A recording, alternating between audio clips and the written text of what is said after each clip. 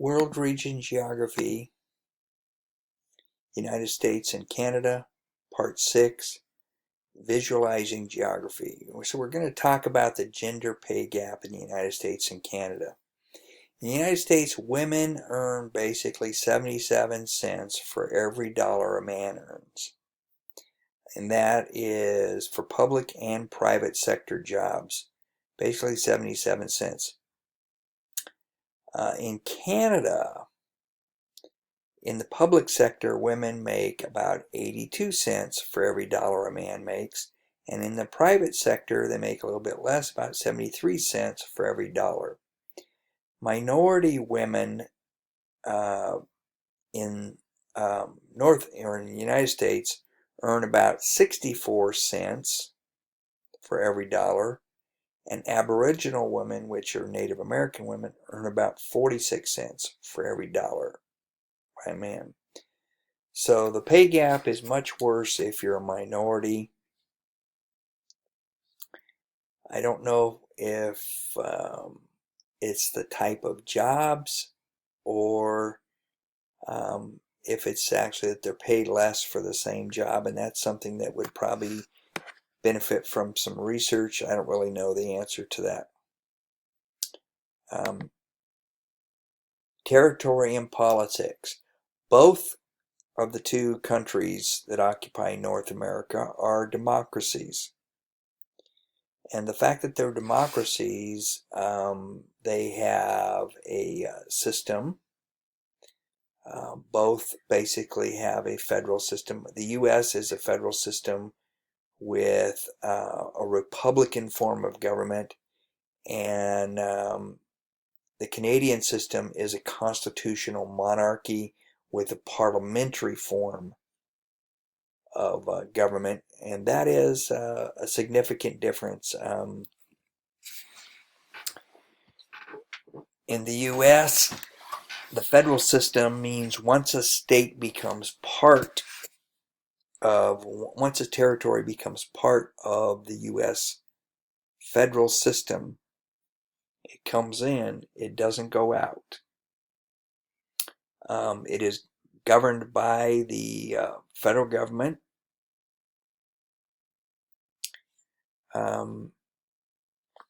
The Canadian system, the provinces have the potential to not be part of Canada. I don't really think you'll see that, but it is a potential. You have a social welfare system, much more developed in Canada than in the U.S.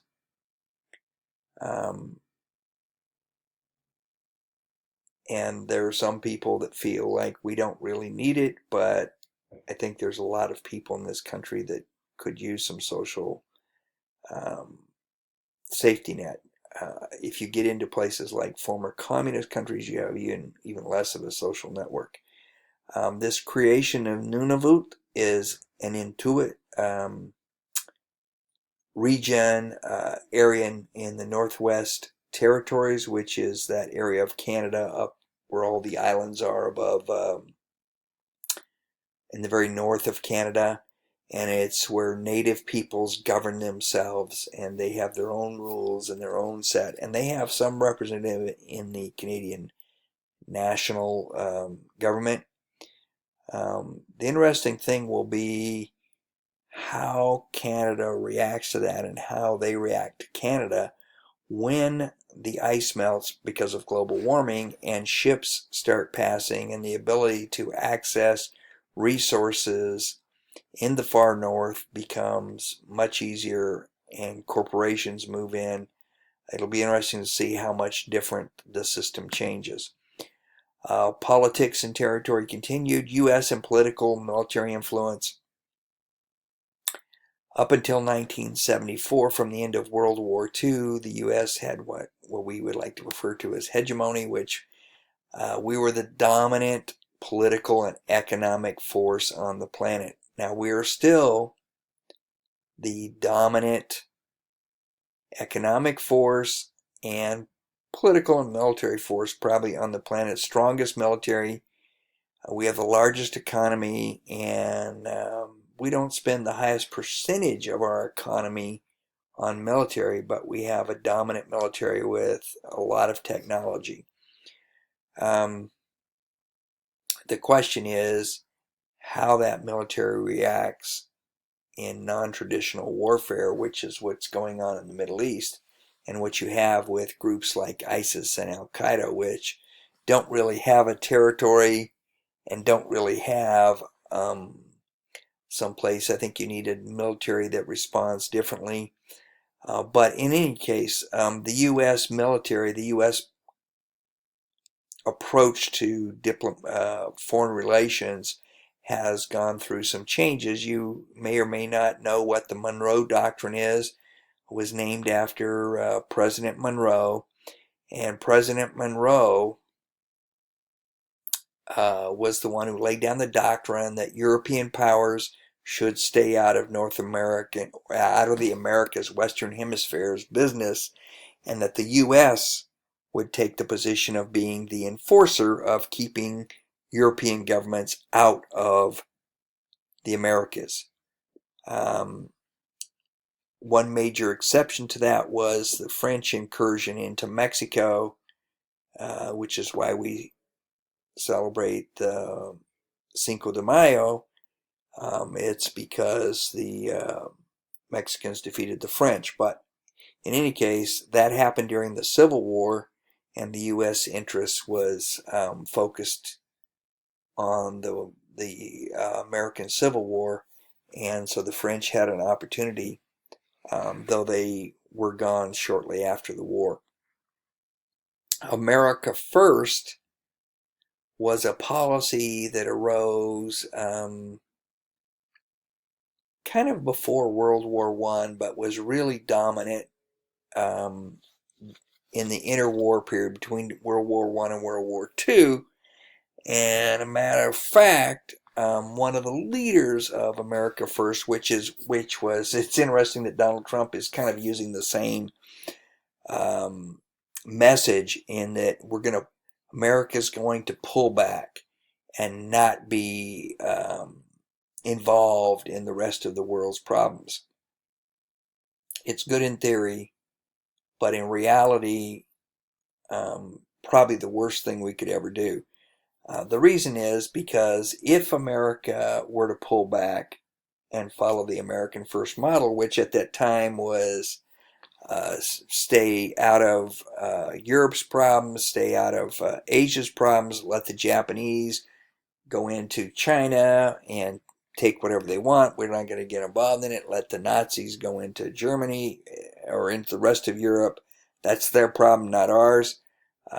Sounds good on paper, but the reality was America was going to have to get involved, and the question is whether the enemies would be too great, because if you don't have a power that is dominant then another power, just natural selection, another power will rise to fill that vacuum.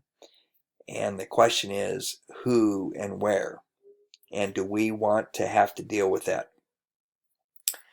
America First was keep America just focused on America, not worry about global trade, not worry about American influence out around the globe. Let's just focus on us. Well, World War II proved us that that wasn't going to work. Post-World War II, we had the Cold War, which was this posturing of the two dominant economic systems and political systems, capitalism and democracy, versus communism, and this conflict through proxy wars, Vietnam, Korea, other wars of various places around the world, most of them much smaller. There was this proxy battles going on, and eventually led to the collapse of the Soviet Union in 1989 to 1991. And with the collapse, the end of the Cold War, and the collapse of the Russian Empire, the collapse of our natural enemy, I guess you could say, communism.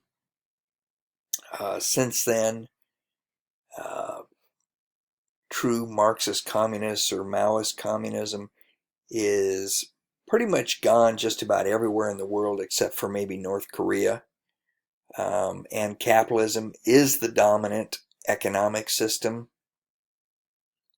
And it'll be interesting to see how China shakes out. I think you're going to see some significant political changes in China.